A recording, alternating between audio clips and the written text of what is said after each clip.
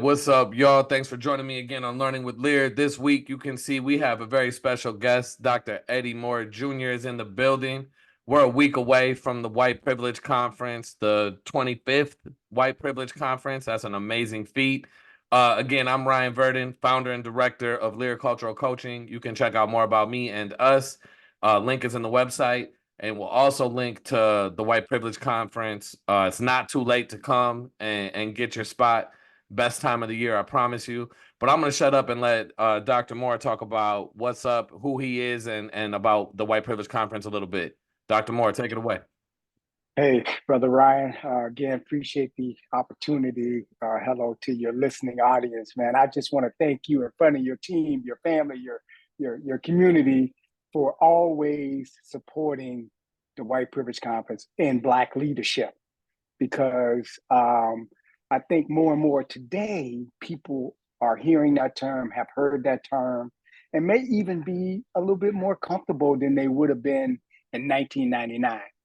But I feel like there are certain folks, no matter when I met them, I didn't have to do extra explaining or have to do any extra lead work to get them on board. And you're one of those people, bro. So I just want to say thank you in front of your people for always being there because it's been a journey over these last 25 years. So as you mentioned, yeah, I'm Eddie Moore Jr., founder, program director for the White Privilege Conference, celebrating our 25th year, started in 1999, bro. And really that journey to that point was really just that, a journey coming from a neighborhood in Florida where, I was just fortunate, blessed to get out of there to get to college. Got a chance to go small college in Iowa, play a little athletics, got my degree. I went back home and unfortunately I got back in some of the same negative things my mom was trying to get me away from. And really, bro, after graduating college in 2 years, I was fully addicted to crack cocaine and alcohol. And so I had a really difficult challenge coming out of college, get myself reacclimated, and just went back on a downward spiral. And eventually just got, again, some great people on my path, just really helping me to see myself farther than what I imagined myself. And so this year, actually, I'm celebrating 33 years clean and sober. Congratulations, man. But yeah, bro, Congratulations. but That's amazing. I appreciate that. But I got to give a shout out because where I'm at today, talking about 25 years at the White Privilege Conference, I just can't say it's here without talking about that time because it was really critical to my development. So once I got clean and sober, I went back to Iowa for a master's degree, met a professor in my master's degree program that said, hey, you should go on to your PhD. Went on to my PhD. And really at that point in my career, I was doing diversity work, which is what it was called back in those days. Yeah. And essentially, bro, what that was is I was showing up in schools and just answering questions. I mean, back in those days, 1995, 1996, I mean, I was literally going to schools where kids had never touched a Black person. And Especially. so, especially in Iowa. It's not. So it's so, I mean, it's such an important piece because that span of life where I was getting solid in my recovery, but also really developing where it is and what it is I was going to do professionally in the consulting world. But at that time, it was infancy stage. And Malcolm Gladwell writes about this in Outliers, where he says, I mean, really, if you're going to be a professional in anything you're doing at the highest level, you got to put in 10,000 hours. Yeah. And it was really, yeah, it was really in that time in Iowa where I was visiting those schools. I mean, bro, I was going to like um, 3 schools a week, 6 hours, 5 to 6 periods a day. Yeah. And I did that for a good 2 to 3 years. And it was in that time I was really, I think, honing my skills, really beginning to get some comfort with just facilitating that conversation, inspiring conversation, challenging conversation, being challenged by the conversation. But it's important to mention, again, that was early stages of diversity work. All right. Yeah. But again, I got my chest puffed out, right? I'm Dr. Diversity, or actually I wasn't a doctor at that time. I was master's degree diversity, right? And working on my PhD a little bit, and met a professor in my PhD program. And this white sister, man, it was a white woman, associate professor, University of Iowa, Dr. Michelle Young. I'll never forget this sister, man. Okay. Uh, she said, listen, you're not doing diversity work if you're not factoring in white supremacy, white privilege, and all forms of oppression. Yeah. And that just rocked me backwards and really inspired me to do all my work and research from that point on, that point on, anchoring on that foundation, white supremacy, white privilege, and all forms of oppression. It was there. I was digesting, um, you know, um, um, Bell Hooks. It was there. Angela Davis. These early sister scholars that I was consuming around white supremacy. Francis Cress Welsing, right? Like consuming that knowledge. This white dude, Joe Fagan, and some of his work, The Yeah. White Racial Frame. And of course, Peggy McIntosh's, kind of inaugural article around, white privilege. So it was a culmination of all of that and that timing that got me centered on what is this white supremacy, white privilege, and other forms of oppression? How do they intersect? We got to have this in the conversation. We can't just talk about diversity. So, coming out of my PhD coursework, the first job I took was being the director of diversity at a small college in Iowa called Cornell College. Okay. And Well, it I'm was familiar. then, yeah, it was then I decided in that first year, we need a conference that is going to be pushing beyond diversity. And that was really the birthplace of the White Privilege Conference. And the first planning year was 1999. The first conference was in 2000. That's why the years are a little wonky for folks. Like it's WPC 25, but it's in the year 24 Yeah. because we started WPC 1 in the year 2000. But the planning actually started in 1999, bro. And so that's been just kind of in a nutshell. That's kind of the early development, the early stages, the early inspiration. There's a lot missing from that, but that hopefully gives your audience a good kind of sense of how we got started. And bro, from 1999, 2000, we just been trying to say to people everywhere I go, it's not enough to talk about diversity. Now people say diversity, equity, inclusion, belonging. I'm still saying it's not enough. If you're not looking at white supremacy, white privilege, and all forms of oppression, that's the work we got to do. I'm not saying if you're not doing that work, you're not doing work. I'm just saying that's not the only work. And there are some areas in our curriculum, I think, in all aspects of our society, actually, where I'm not saying if you're, you know, not building a a a 25-story building that you're not a builder. I'm not saying that, but I am saying you need a different level of skills to build a one floor building than you do to build a 20 a floor with a building with 25 floors.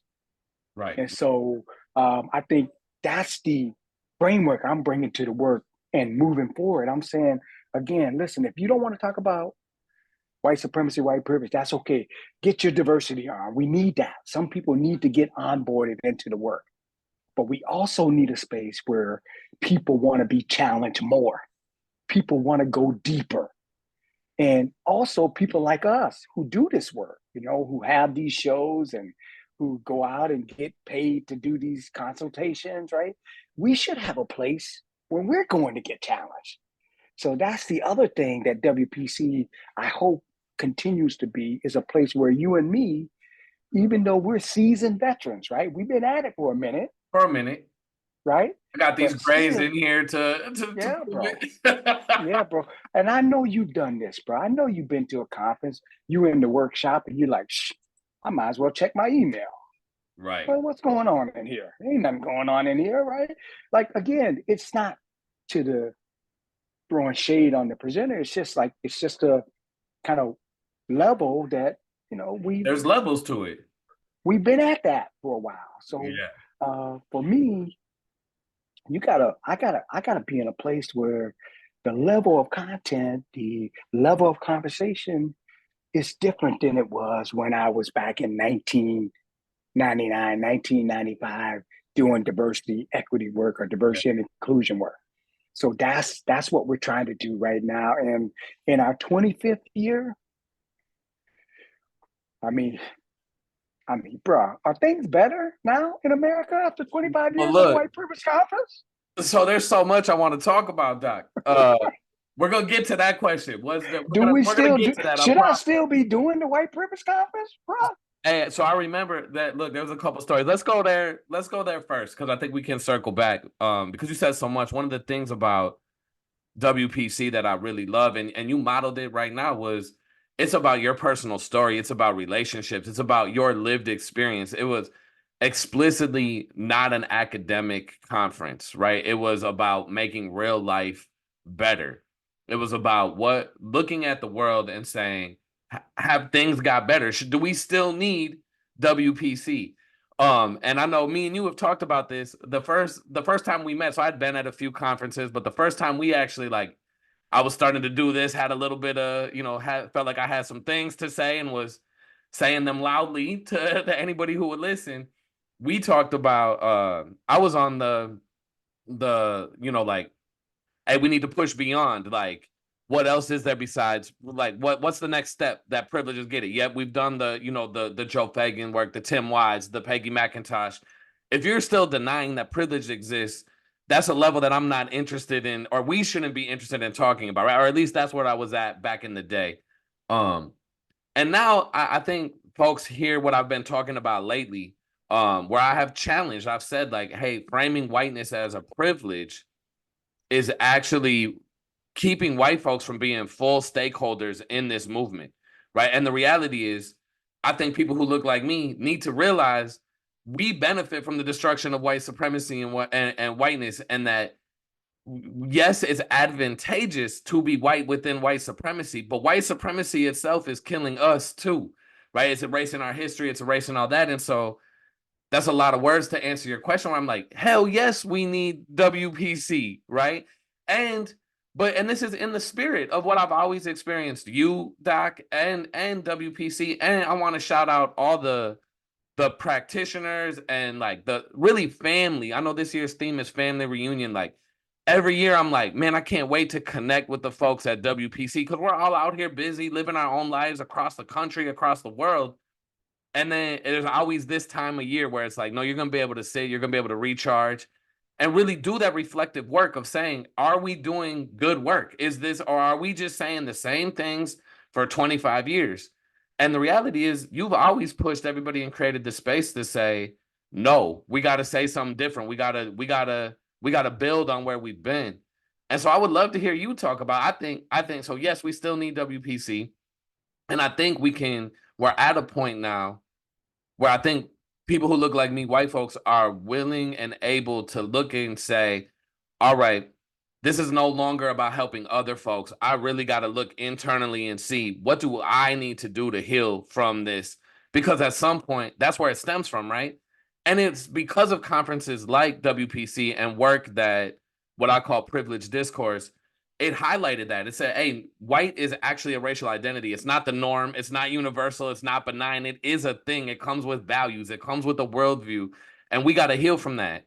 And so for me, yeah, we need this. I'm so excited for next week, seeing people and being pushed, right? Being challenged and bringing new ideas and having them enter into the public discourse in a way that's not an academic journal, right? And there'll be folks who publish in academic journals, which is dope. You should do that. Like, I'm not saying don't do that. Like you said, we need all the avenues, right? But also, you're going to have young people there. You're going to have organizers there. You're going to have artists there. You're going to have activists there who really are like, yeah, I'm familiar with concepts, but don't tell me about, APA style citations and what's being missed on references. Tell me about how my people are going to eat and how the police are going to stop killing us. So I would love to hear you talk about that. What do you think? Have it gotten better? Obviously, like, what do you think? What was the process like when I'm sure you've asked yourself that question? Do we need WPC? Yeah, bro. It's so good. I just want to emphasize this piece you mentioned about the family because you're right. This is our theme this year, and really celebrating the folks who have just continuously showed up at the conference. Yeah, And again, it's not like we've been in fancy places. Like people are like saying, "Oh, I can't wait to right. go to dinner in Pella, Iowa." You know what I'm saying? Like, bro, we've been in places where you're coming there because you want to do the work. Hmm. And there have been people who have been consistent 20 plus years, no matter where we've been. In fact, I say this when we get ready to decide where we're going to go next. I always say to people, it doesn't matter. We can go to Anchorage, Alaska next year, and 3 to 400 people are going to show up because they want that family experience, that community experience. So that's one thing that I think over the years that I have to say I'm really happy about in reference to the progress of the work. I think we built the greatest progress the White Privilege Conference, I think, has accomplished is we built a community of folks committed to white supremacy, white privilege, and other forms of oppression as a part of their practice. And Yeah, to your other point, right, it's not just about writing a book about this. It's not just about getting published about this. It's being in the community with this conversation. Because I've always been saying at these academic conferences when I'm there trying to, get people to come to white privilege conferences, again, don't come there and just spout out statistics from your research, right? Make sure you talk to people about how the research is impacting the people. And so you get to let your hair down a little bit at the white privilege conference as a scholar. You can you can spit out some numbers, but you can do it with a rhyme. You know what I'm right, saying? right, So that's what's been, I think, really, I think, attractive to people too, is they don't have to be in this certain kind of framework in reference to presenting their work. They can really just act as if they're at home, breaking it down for their grandma, who is as interested in the conversation as their student. right. And so that other piece you mentioned about young people, right? Like, I think the other thing I'm happy about in reference to the conference, there are people who are 40 something now or 30 something now who's been coming since they were 20 something. They've had, 5, 10 years of experience in the conference starting in their mid 20s. And we also have high school kids at the conference. We've actually had a high school kid do a keynote at the conference. So we've always had young people embedded because I think that's been the key to most movements. I would argue, if not all movements being successful, is young people. Now, to this question about progress, when I look back, man, I'm thinking, in fact, I've been reflecting on this for sure. As you mentioned, I'm treating WPC 25 like WPC 1. Now, I can't deny that we haven't had some gains in the areas that we're talking about from, Right. the gaps we're looking at, the jobs we're having. I mean, all those kinds of things. But I do think that it feels like the thing that is most different in 2025, I remember people saying, white supremacy, Doc, what are you talking about? There are no white supremacists out there. That's the time, that's a time of the past. And what we've seen in these last, I think, 5, 10 years, 5 years for sure. I mean, bruh, these the University of Utah basketball player, the women's team, they just saw it firsthand Yeah, last night, yeah, right? Like, like, like what we're now seeing is white supremacist ideology out in public. They're not wearing, they're not disguising, they're not hiding. And so in the 25 years, we've seen white supremacists running for office, bam, the right? highest office. Speaking at school board meetings, fam, right? Yeah, Like organizing legislation. Like we got people we can directly connect to white supremacy ideology, white supremacy extremist organizations pursuing power positions. Now, again, we knew that was the case in 1965, 1960, right? We've seen that in the videos, but now I think that's one of the greatest changes that is saying to me the white privilege conference is more important today than it was even 25 years ago. Because now we got to fight white supremacists in public. Right. We don't have to search for them anymore. They're saying, here I am. Uh, Hit me with your best. They going Pat Benatar. Hit me Yeah. with your best shot, right? Yeah. Like, I'm ready for you. So they're organized, they're funded, and they're public. And what's interesting, I think, for those of us who are doing the work, we have to ask the same question. Are we organized? So Are we that's funded? Are we public? Are we standing strong?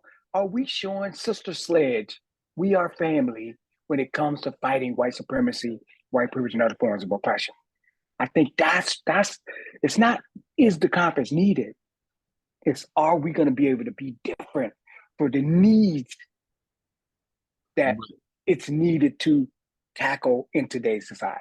because the reality is, and I know we've talked about that, but the reality is there was that, like those moments that you were talking about. So post civil rights, you know what folks, you know, the color ignorant era where folks are like, oh, I don't see color. And of course, you know, yeah, there's some bigots out here, but I don't know any and I can't talk about any. Right. And they're certainly not allowed in power positions and all that, which we knew was not true. But what it created was it allowed the space for whiteness to do what it does, which is evolve and adapt.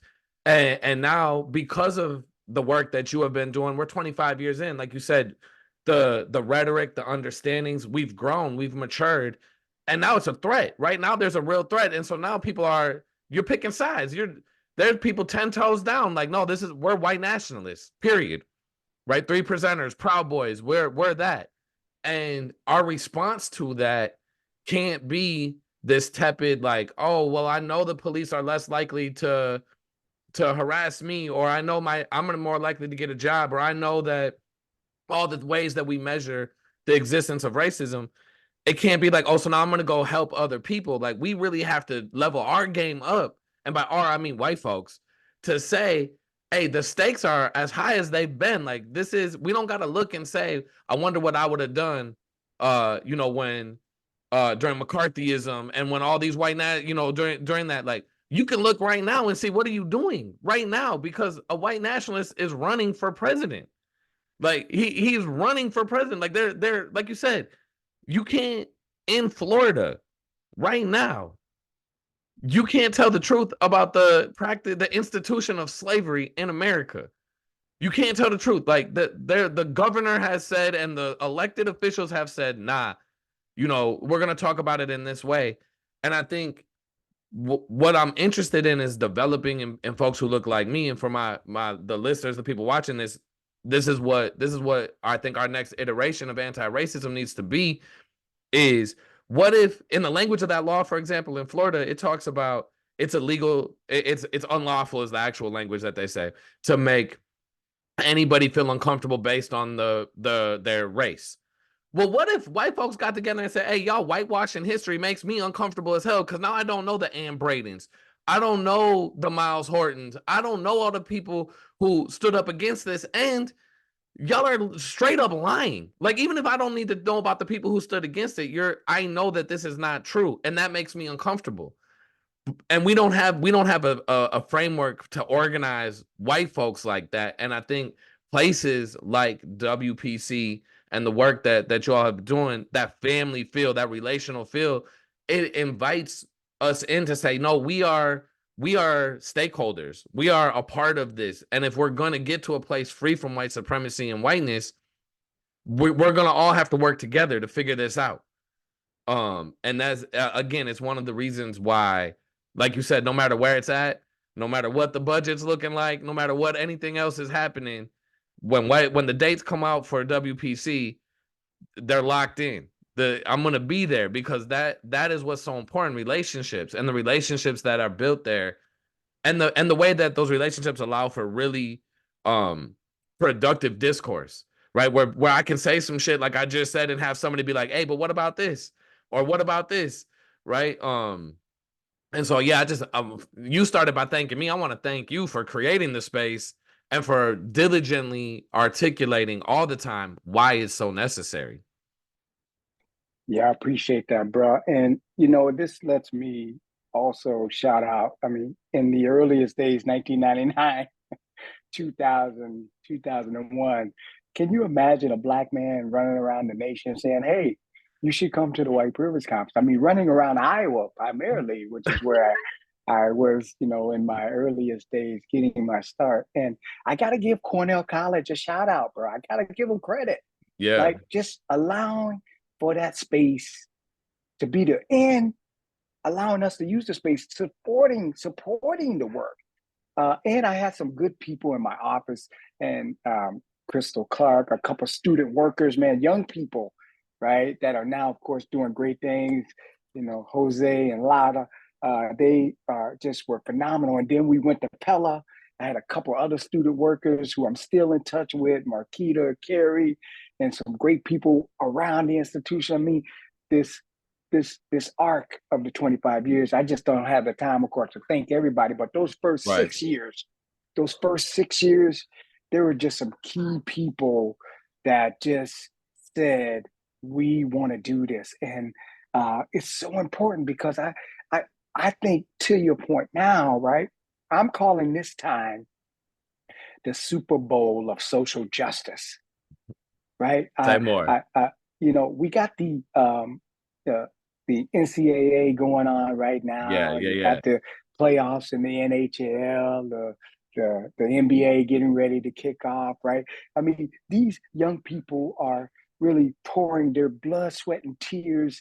I mean, into everything they know in reference to preparation, whether it's their jump shot, whether it's their dribbling, whether it's their passing, whether it's their hockey shot, right? Like, so I mean, think about what Gladwell was saying, right? 10,000 hours. And many of them are doing it for one game, right? Right. They want that Right. one shot, like Eminem, right? They want that one shot, right? And I think for me, I've looked at the work of social justice and all the books I've read, right? All the articles I've been a part of, all the conferences I've attended or presented at, all the conversations I've had with my colleagues, right? This should be preparing you for a moment, right? I'm asking people, well, why did you spend all that money Right. doing all this work? And now the time that the work is needed, like this is the time when a white supremacist says, I'm running for office, right? I want to be the school board president. Like we can show clear cut connections to extremist behavior. Yeah. And this is the time when those of us who are supposed to be prepared and preparing ourselves for the big game or the big moment, this is our time. Like we should be at those meetings. We should be challenging those moments, challenging those speakers, challenging those policies. I mean, this is the time now where I'm feeling like, and I'm asking the question, are the supremacists more prepared, more present, or are social justice advocates more prepared, more present? Like this is that moment. And when my kids look back on me on this time, they say, Dad, where were you? What were you doing? Shoot, I was running the white privilege kind of fighting white supremacy, white Yeah. privilege, all forms of oppression every day. I think you made a key point that it's reflection time now. It's it's looking back on this time 10 years from now, 20 years from now, and asking yourself today, what am I doing? And I think that's really some of what we're trying to accomplish, what I want to accomplish at the White Privilege Conference. Don't come here if you're not going to do work afterwards. Okay. This is not That a part. four-year opportunity. It's not because of the city. It's not because of the food they're serving, right? We try to do the best we can to make the conference experience as comfortable as possible for what you have to do organizing our conference. But we're here for the work, fam, right? Don't come here if you don't want to do the work. And there is no more critical time, if you ask me, during our time than now. Yeah. And so, um, as we think about family, right? It's not just your blood relatives, right? This is to me is a a real connection to people that are committed to the work in reference to the people they know, but also many of us, I think, are fighting this fight for young people, for people that are going to come long after us. I'm hoping somebody will see my little white privilege story 50 years from now and say, damn, I want to do a conference like that. I want to stand up and kind of push back on some subject matter like that conference did back in 1999. I think part of what I'm hoping we're continuing to do is not only the work for today, but the work for tomorrow. This is our time, is what I'm echoing throughout next week. Is if you, as they say in the neighborhood, right? You can't just talk about it. You gotta be about it. That's right. And if you're not here at the White Privilege Conference to do work afterwards, please don't come here. You heard it from Dr. Moore himself. If you ain't about it, this ain't the spot for you. This ain't it, bro. And it don't mean, and it don't mean we don't. What I love about it is it's about the willingness. You don't got to be perfect. You don't got to know exactly what to do. You just got to be willing to go do something about it, to be about it, not to check the box to say I went.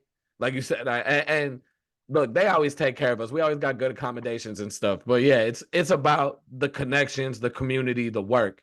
Which is, and the connections and the community is the work, right? That's how we're gonna beat whiteness and white supremacy.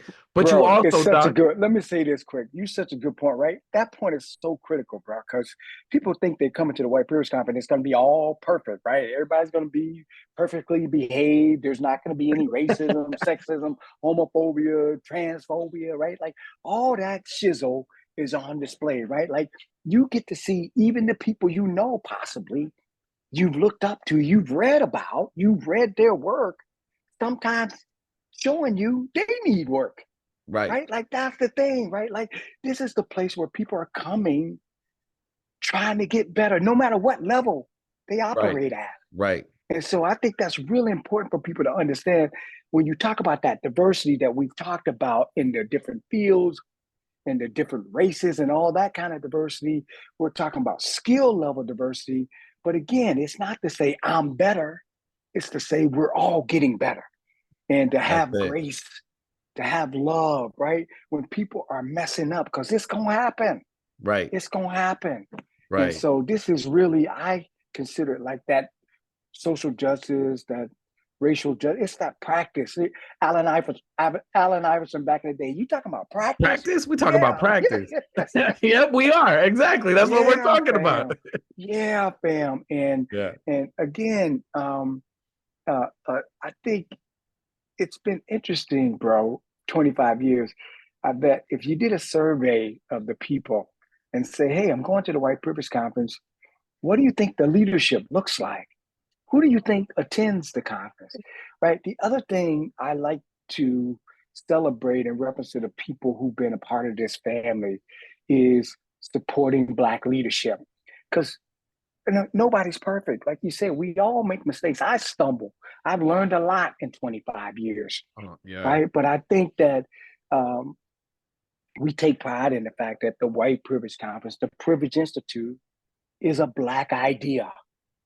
Started by Black, ran by Black, unapologetically Black. And it's different. Yeah. Well, it's funny because you said that. Whenever I tell people I'm going to White Privilege Conference, they're like, wait, what? Like, what's happening? Like, are y'all working on developing it? What's going on? I'm like, no, it's actually founded and run by Black people, Dr. Eddie Moore. And people don't like, that takes a second. You can tell they're like, oh, okay.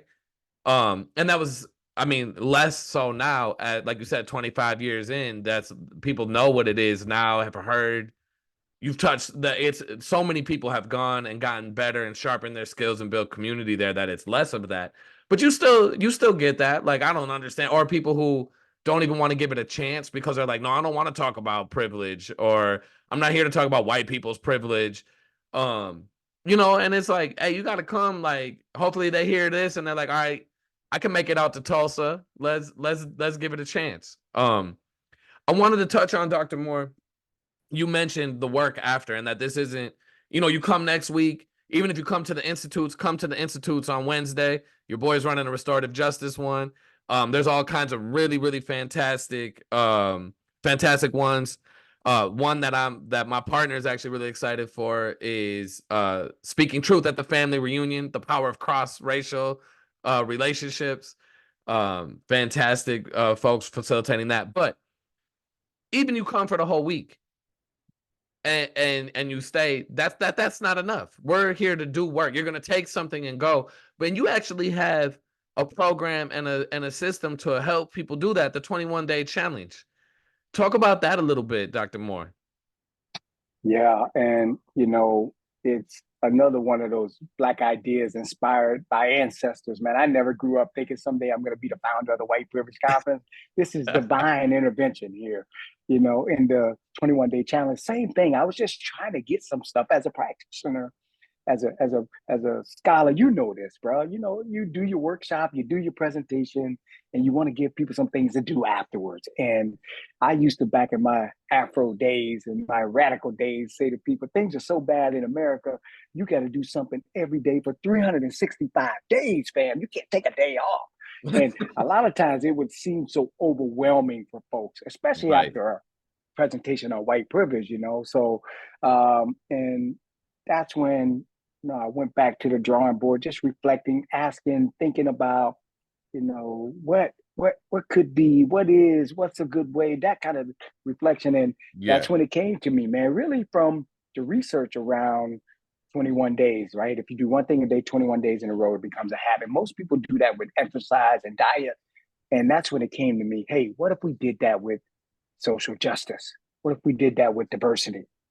And so that's when I reached out to Debbie Irving, because we were doing a lot of work together. I said, Deb, I got this idea. Let's run with it. And she said, let's go. And we came together and put together the first 21-day racial equity challenge. And the idea is, again, to your point, right? Like, I'm not asking you, everybody's not going to sail the 7 seas. You know what I'm Right. saying? Right. All right. I'm just asking, can you at least get on the canoe? All right. At least put your feet in the water off the bank, right? Like, even a little something. That's the idea of the 21-day challenge, is to really encourage people with everyday action. One thing a day, micro action, in fact, is really the language that we use in talking about the 21-day challenge. And the idea is based on the research. If you do one thing a day, 21 days in a row, it becomes a habit. Actually, the research shows that it's actually 66 days is what it really takes to shift the behavior. I tell people, like, for example, if you put on your shoes and you always put on your right shoe first, and you've been doing that since you were 10, try putting on your left shoe first, right? For 3 days in a row, right? It's just, you just automatically go back to that right? Yeah. But if you do left foot once a day, 21 days in a row, the research shows you can shift that behavior, right? Mm. Well, actually, the research shows it's 66 days, but 21 days get you started. That's the idea. That's the premise. So now the white privilege conference, bro, listen, I keep saying, and I'm going to say, if you're not coming for action, this is not the conference for you. Okay. And we're trying to just give you some, not saying that you got to do 45 things, or not saying you Right. got to do a huge thing. Just, can you give me one thing a day? That's the idea. And so we're working on a comprehensive embedding of the 21-day action plan as a part of what people take away when they go back. Because, I mean, to that workshop you mentioned earlier, that institute, right? That family Yeah. reunion, right? Yeah. Like, sometimes the toughest work you have to do when you go home is with the people you love the most. Absolutely. And Absolutely. so that's the idea. Maybe it's a song you play at dinner. Maybe it's a poem you read. Maybe it's a short article. Maybe it's the news story about the University of Utah women's basketball team getting called the N word as they're going into the hotel, right? Have a little discussion about that, right? Just one little thing. That's the idea. And if you do that 21 days in a row, up to 66 days in a row, you just hopefully have one thing a day built into your behavior pattern. So that's what we're really excited about over these next 25 years. Now, I'll say this, right? Listen, I've been trying for 25 years to get people to just come to the white privilege conference. You know, to understand that we're not burning white people at the stake. It's not a beat up on white people party. We're not attacking white people. We're not degrading white people. It's not that kind of spirit. It's a family reunion. It's a community gathering. So we're not bringing people from the community there, and it's a diverse community and trying to shame and blame them. Right? We're coming there to get better, to do better. And Yeah. so by by by really setting the tone, having this atmosphere, this framework of coming to the white privilege conference, right? Getting some knowledge, getting challenged with knowledge, getting into challenging conversations around the content, presenting your work, your research, getting challenged as the presenter, right? Like even the Yeah. content leader is going to get challenged that time and should be open to that. And then after that, being committed to action. That's what I'm trying to emphasize now that I think we build up over 25 years enough people who say, okay, we're going to come no matter what. Now we want to say, even to our family, Robin, did you do anything last year? Right? Right? Yeah. Ryan, what'd you do last year? Right? Eddie, what kind of work did you do last year? I mean, what'd you do yesterday? Right? Like Yeah. the 21-day challenge allowed you to have just one thing a day. I listened to Gil Scott Heron yesterday, and I was just reflecting on whether things gotten better. I'll Yep. take that. Thank you, fam. Right? So It's it's just something. bite size. That's right. That's right. Bite size. That's right. That's right. Yep. Uh, breaking out of this pattern, you go to a conference for 4 days, which sometimes is often selected because of the city, not the content. Have your 4 day experience, and you think that's good. You good for diversity for the rest of the year. Yeah. No, look, I can't say enough. So much gratitude for you, for the space, for maintaining the space, for your team. For folks listening, we're about to wrap up. I know we're over our normal learning for Lear time, but it was a special week. Dr. Eddie Moore Jr. in the building. If you are thinking about it, please go ahead and make your way to Tulsa. Register. Dr. Moore, where can they register at? Theprivilegeinstitute.org, right? Yeah, I'm trying to lean There you back. go. He's moving. You remember that Yep. old rap song, There lean goes back, the QR lean code. back, Go ahead. lean back. Scan that. Yeah, and you can Google, Privilege Institute. Yep. I have to also remind people that the Privilege Institute is a 501c3. So if you want to sponsor, you want to gift, you want to donate. I'm also excited this year about our first ever sneakers ball. We usually have a Oh, Friday. Yeah, snap. we usually have a Friday dinner that we celebrate just the 2 days of hard work, 3 days of hard work from Wednesday, Thursday, all day Friday. And this year we're going to include with that Friday dinner a sneakers ball. It's Grammy style, dress code, dress style, and wearing Okay. your favorite sneakers. And then you're going to leave your sneakers at the door on your way out. And we're going to donate those sneakers to some folks in the community and to some folks I know in Africa. And listen, if you're like me, you don't want to donate the shoes you're wearing, then bring a pair of shoes and you can leave those in replace of the shoes you're wearing. So just really try to, again, just build some action, some things, even as a conference, we feel like we've done to help more, to do more in reference to the work. So really excited about the sneaker ball. If you haven't heard about that, if you haven't registered for that, even if you're registered for the conference, you can get your tickets on site. So really excited about that. But yeah, check out the Yeah. QR code. Check Check us it out on the out. website. And you can always, of course, email me directly if I can be a resource in any way. Bro, I appreciate you. Thanks again. I appreciate you. Dr. Moore, thank you for being here. I'm gonna see you next week. I hope to see a lot of y'all out there. And for those of you that are already there, my colleagues, my family can't wait to spend time with you. Thanks for joining us here on Learning with Lear. Peace.